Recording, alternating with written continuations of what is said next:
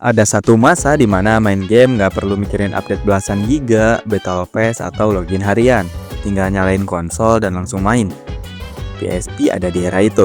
Dan yang menarik, banyak gamenya yang ternyata masih enak banget dimainin sampai sekarang. Di video ini, gua mau ngebahas 10 game PSP yang masih enak dimainin sampai sekarang. Game-game yang secara gameplay, pacing, dan desain masih relevan walaupun umurnya udah belasan tahun. Ada yang fokus ke action brutal, ada yang berat di cerita, dan ada juga yang kelihatannya simple tapi bikin nagih berjam-jam. Jadi kalau kamu lagi nyari game PSP buat dimainin ulang, atau mungkin baru mau nyentuh PSP sekarang, entah di konsol asli maupun emulator, video ini bisa jadi referensi.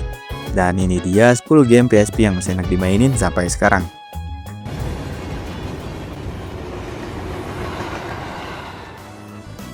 Di list nomor 1 ada God of War Chains of Olympus. God of War Chains of Olympus adalah game action adventure hack and slash yang dirilis pada tahun 2008 dan hadir di PlayStation Portable atau PSP. Game ini mengambil latar sebelum seri God of War utama, memperlihatkan sisi lain Kratos di tengah konflik para dewa dan manusia dalam mitologi Yunani yang kelam dan penuh tragedi. Dari segi gameplay, Chains of Olympus terasa seperti God of War versi konsol yang dipadatkan dengan rapi. Combatnya tetap brutal, cepat, dan memuaskan. Lengkap dengan puzzle serta boss fight yang skalanya terasa nggak masuk akal untuk ukuran handheld. Inilah kenapa banyak orang sampai sekarang masih nyebut game ini sebagai salah satu standar tertinggi kualitas game PSP. Kalau dimainin sekarang, Chains of Olympus masih terasa solid, kontrolnya responsif, pacing ceritanya enak diikuti, dan secara visual masih kelihatan impresif. Game ini tipe yang sekali mulai susah banget buat berhenti sebelum tamat.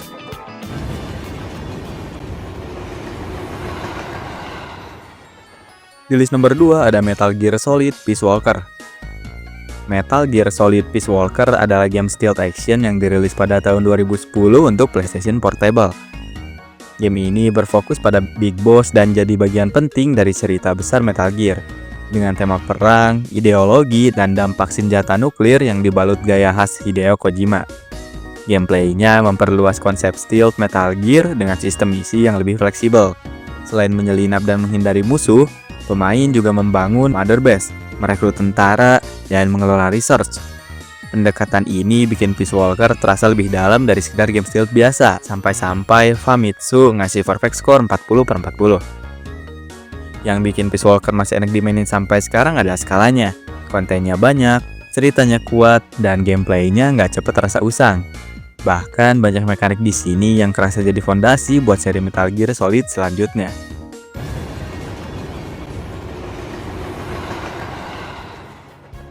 Di list nomor 3 ada Grand Theft Auto Chinatown Wars. Grand Theft Auto Chinatown Wars adalah game open world action yang dirilis pada tahun 2009 dan tersedia di PlayStation Portable. Game ini kembali ke gaya top-down klasik GTA dengan latar Liberty City dan cerita kriminal yang lebih personal serta penuh intrik.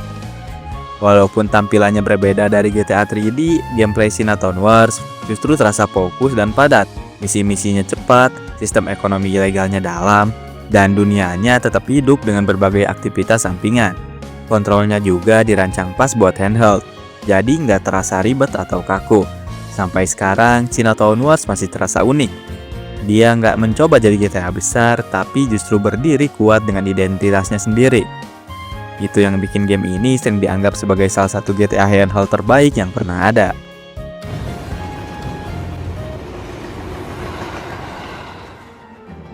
Di list nomor 4 ada Final Fantasy Tactics The War of the Lions. Final Fantasy Tactics The War of the Lions adalah game turn-based tactical RPG yang dirilis pada tahun 2007 untuk PlayStation Portable. Game ini merupakan versi pengembangan dari Final Fantasy Tactics klasik, dengan cerita politik yang kompleks dan cerita Ivalice yang penuh konflik kekuasaan. Gameplaynya berpusat pada pertempuran strategi berbasis grid, di mana setiap keputusan benar-benar berpengaruh. Pemain harus berpikir mengenai posisi, job class, dan kombinasi skill dengan matang. Kedalaman sistem ini bikin setiap pertempuran terasa menantang dan jarang terasa repetitif. Kalau kamu suka game yang menuntut mikir dan sabar, The War of the Lions masih sangat relevan. Ceritanya serius, temanya dewasa, dan gameplaynya nggak tergantung tren zaman. Jadi tetap kuat meskipun dimainkan bertahun-tahun setelah rilis.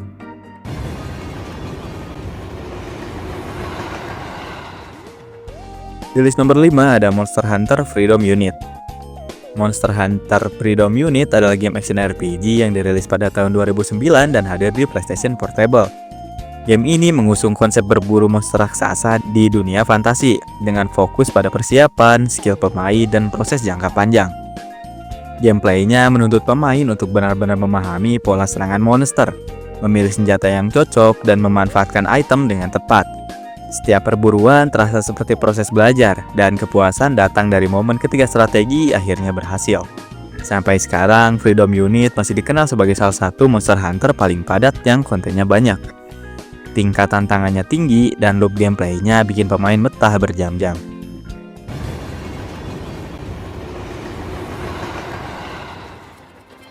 Di list nomor 6 ada Dexter. Dexter adalah game platformer action yang dirilis pada tahun 2006 dan tersedia di PlayStation Portable.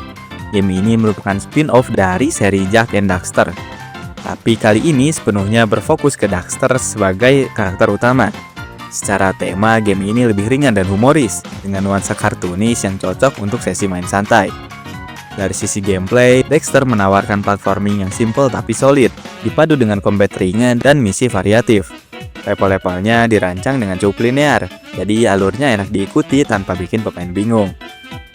Untuk ukuran game PSP awal, kualitas visual dan animasinya juga tergolong rapi dan enak dilihat. Kalau dimainin sekarang, Dexter masih terasa fun karena facingnya pas dan gak bertele-tele. Ini tipe game yang cocok buat yang pengen main tanpa mikir ribet, tapi tetap dapat pengalaman platformer yang konsisten dari awal sampai akhir.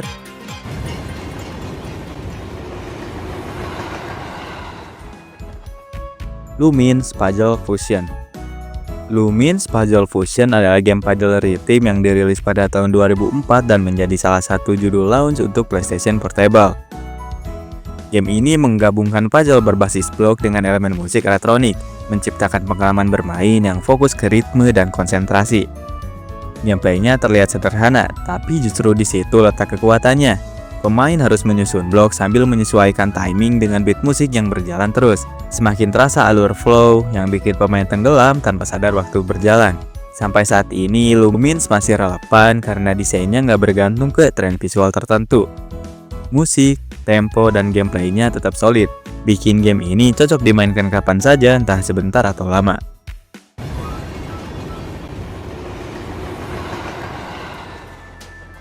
Di list nomor 8 ada Jane the Ark. Jane the Ark adalah game tactical RPG yang dirilis pada tahun 2007 dan hadir eksklusif di PlayStation Portable.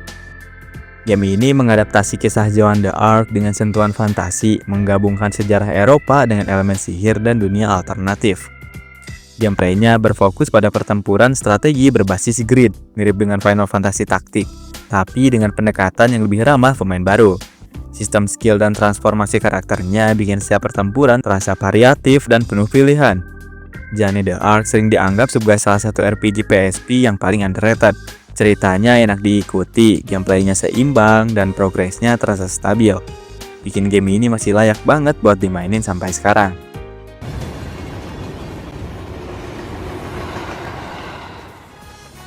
Di list nomor 9 ada Crisis Core Final Fantasy 7. Crisis Core Final Fantasy 7 adalah game action RPG yang dirilis pada tahun 2007 untuk PlayStation Portable.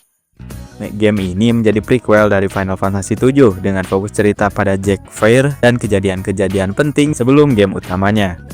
Gameplaynya menggabungkan combat real-time dengan sistem DMW yang unik, di mana elemen acak ikut memengaruhi skill dan limit break.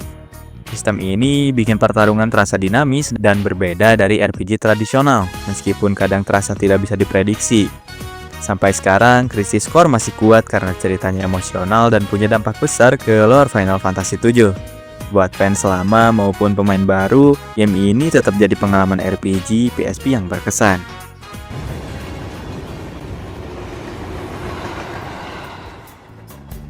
Di list nomor 10 ada Persona 3 Portable. Persona 3 Portable adalah game JRPG yang dirilis pada tahun 2009 dan tersedia di PlayStation Portable. Game ini menggabungkan dungeon crawling dengan simulasi kehidupan sekolah, mengangkat tema waktu, kematian, dan hubungan antar karakter. Gameplaynya dibagi antara eksplorasi Tartarus dan aktivitas sosial sehari-hari.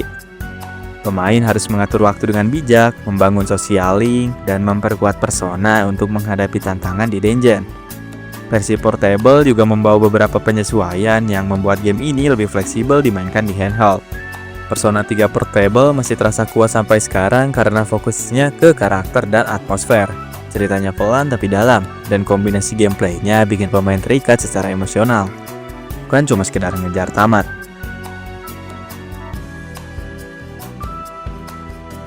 Dan itu tadi 10 game PSP yang menurut gua masih solid dan lagi dimainin di era sekarang. Beberapanya mungkin udah sering dibahas, tapi ada juga yang sering kelewat padahal kualitasnya nggak kalah kuat. PSP emang konsol kecil, tapi library gamenya gede dan berisi. Kalau menurut kamu ada game PSP lain yang masih enak dimainin sampai sekarang, atau kamu punya rekomendasi buat tema video selanjutnya, langsung tulis aja di kolom komentar. Jangan lupa like dan subscribe kalau konten kayak gini cocok sama kamu. Dan sampai ketemu di video berikutnya.